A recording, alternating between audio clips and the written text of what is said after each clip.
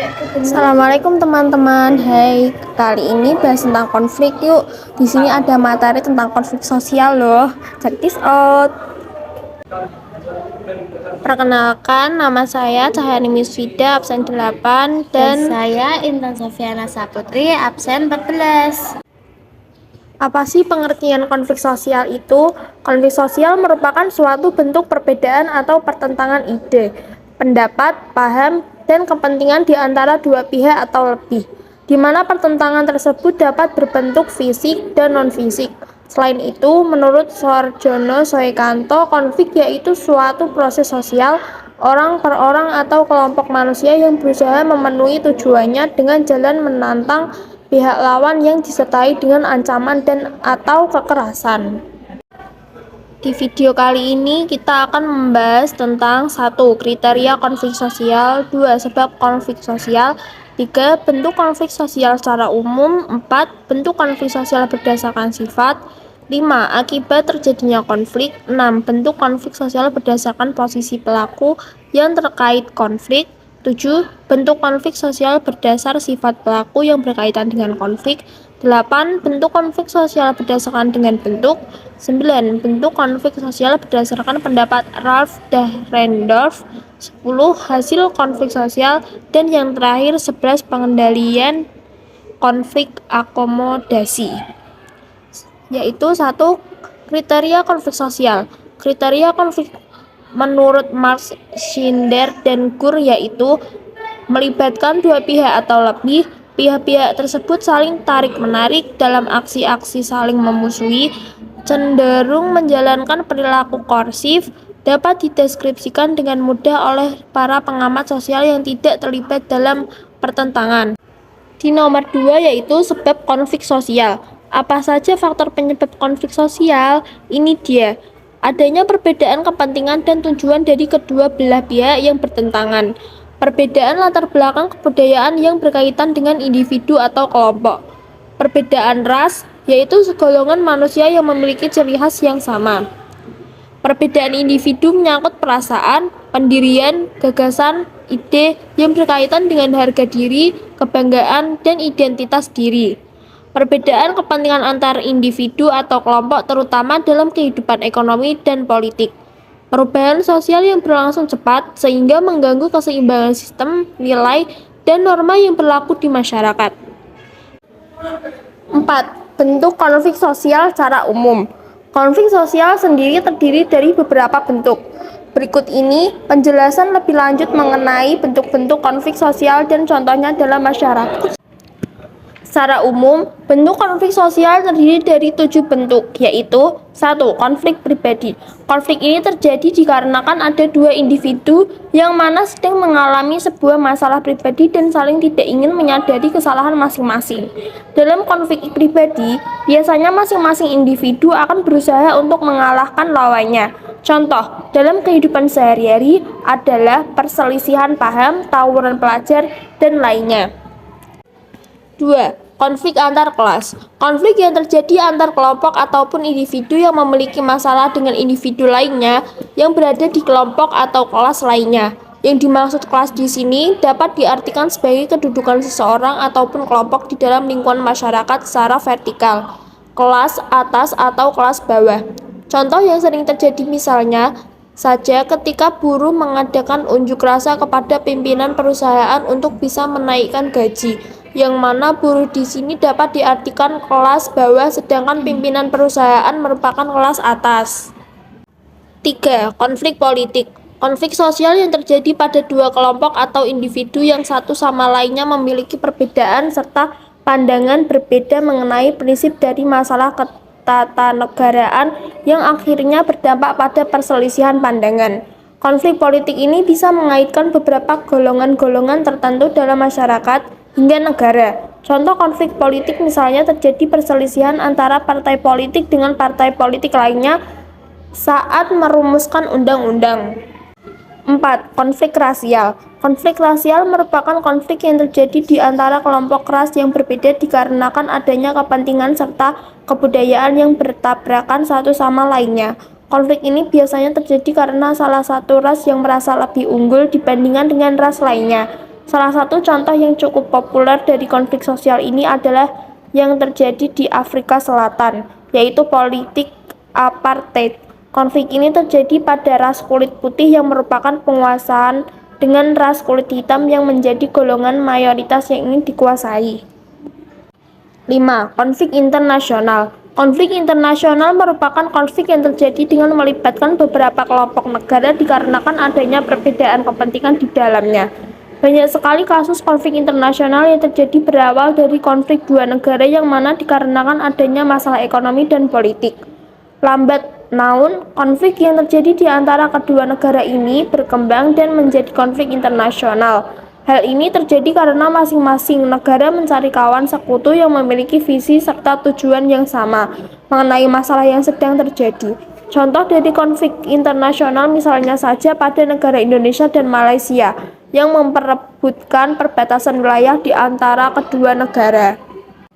6. Konflik antar suku bangsa. Konflik yang terjadi karena adanya perbedaan di dalam kehidupan masyarakat antara suku bangsa yang satu dengan yang lainnya. Perbedaan yang dimaksud adalah mulai dari bahasa daerah, adat istiadat, kesenian daerah, seni bangunan rumah, serta tata susunan kekerabatan. Contohnya saja, adat pernikahan suku Jawa dengan suku Minang yang berbeda satu sama lainnya, sehingga saat dua orang yang berasal dari suku yang berbeda menikah, tentu saja terkadang terjadi perdebatan mengenai adat yang akan digunakan. 7. Konflik antar agama. Bentuk-bentuk konflik sosial antara agama ini merupakan konflik yang terjadi pada pemeluk agama satu sama lainnya. Contohnya saja, cara berpakaian, cara bersosialisasi, corak kesenian, penerapan hukum warisan, dan lainnya. 4. Bentuk konflik sosial secara sifat. Konflik sosial secara sifat dapat dibedakan menjadi dua, yaitu diantaranya 1. Konflik konstruktif. Konflik yang memiliki sifat fungsional yang terjadi dikarenakan adanya perbedaan pemahaman dari individu ataupun kelompok saat menghadapi sebuah permasalahan yang terjadi. Konflik konstruktif ini nantinya dapat menimbulkan konsensus dari berbagai pemahaman serta menciptakan sebuah perbaikan. Nah, sehingga konflik ini nantinya akan memberikan nilai positif pada pengembangan organisasi ataupun komunitas. Misalnya saja, di dalam sebuah organisasi atau komunitas akan terjadi perbedaan pemahaman di antara anggota satu sama lainnya. Nah, yang kedua yaitu konflik destruktif.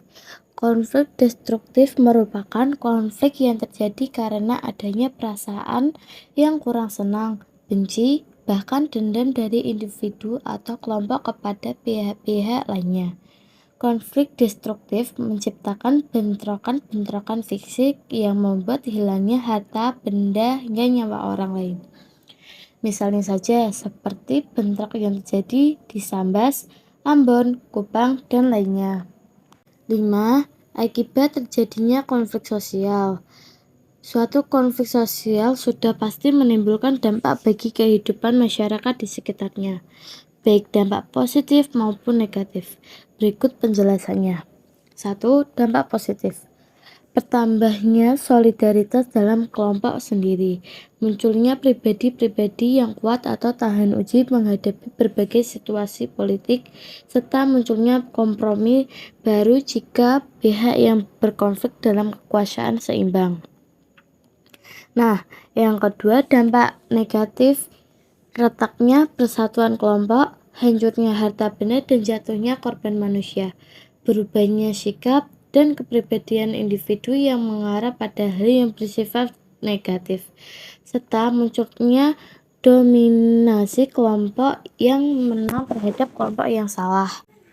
6. Bentuk konflik sosial berdasar posisi pelaku yang terkait konflik. Berdasarkan dari posisi pelaku yang melakukan atau terkait dengan konflik, maka konflik sosial dapat dibagi menjadi 3 bentuk, yaitu 1. Konflik vertikal. Konflik vertikal adalah sebuah konflik yang terjadi di antar komponen masyarakat yang berada di dalam sebuah pimpinan dengan karyawan yang ada di dalam kantor. Konflik ini terjadi karena adanya jabatan yang berbeda. Contohnya saja, karyawan yang berdebat dengan atasan atau kepala mengenai sebuah permasalahan di kantor. Nah, yang kedua, konflik horizontal. Konflik horizontal merupakan konflik yang terjadi di antara individu ataupun kelompok yang memiliki kedudukan yang hampir atau bahkan sama. Contoh, konflik horizontal ini biasanya konflik yang terjadi pada anggota-anggota di dalam sebuah organisasi. Nah, yang ketiga, yang terakhir, konflik diagonal. Konflik diagonal merupakan konflik yang muncul karena adanya pengalokasian sumber daya yang tidak adil pada semua organisasi yang akhirnya menyebabkan terjadinya pertentangan yang cukup ekstrim. Contoh, konflik diagonal misalnya saja konflik GAM yang terjadi di Nengroya Aceh Darussalam. 7. Bentuk konflik sosial berdasar sifat pelaku yang berkaitan dengan konflik.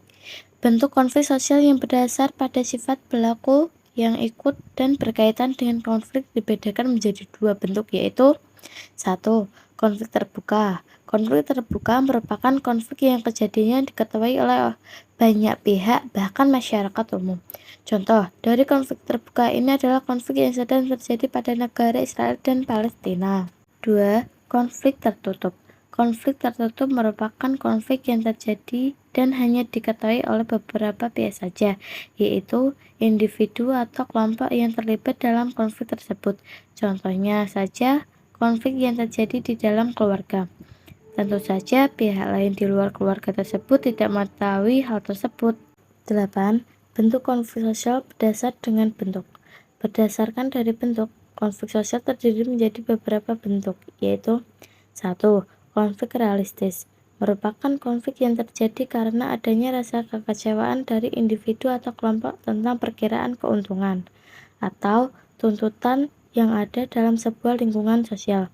Contoh dari konflik realistis ini misalnya saja karyawan yang melakukan mogok bersama karena adanya ketidaksetujuan dengan pihak perusahaan mengenai sebuah kebijakan tertentu. 2. Konflik non-realistis merupakan konflik yang didasarkan pada sebuah kebutuhan yang digunakan untuk meredakan ketegangan setidaknya dari salah satu pihak yang berkaitan. Contoh dari konflik non-realistis ini adalah penggunaan jasa ilmu-ilmu gaib yang digunakan untuk membalas dendam terhadap perilaku orang lain terhadap kita. 9.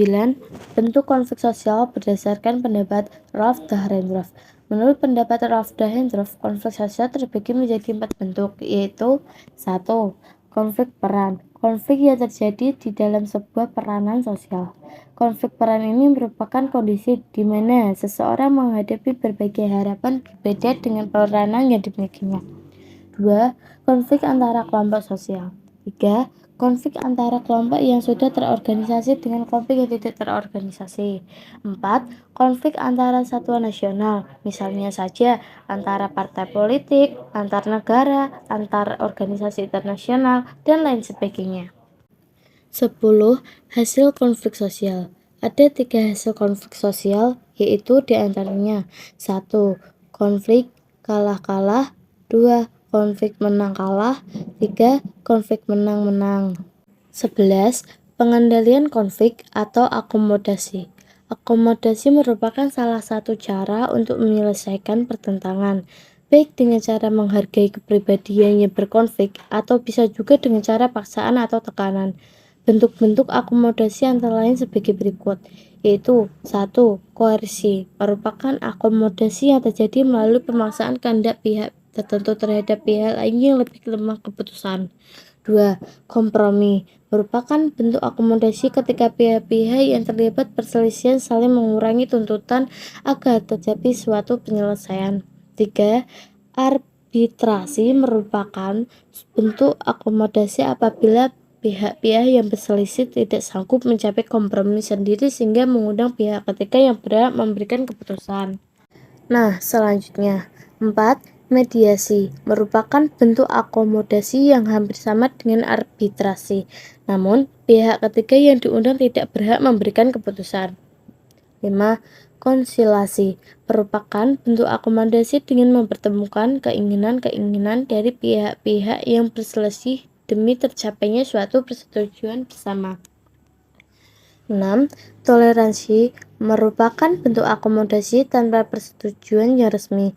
7. Stalemate merupakan bentuk akomodasi ketika kelompok-kelompok yang terlibat pertentangan mempunyai kekuatan seimbang, sehingga pertentangan antara keduanya akan berhenti dengan sendirinya. 8. Adjudikasi merupakan penyelesaian masalah atau sengketa melalui jalur hukum. Terima kasih sudah menonton dan mendengarkan video yang telah kami buat. Sekian dari kelompok kami. Wassalamualaikum warahmatullahi wabarakatuh. Bye-bye.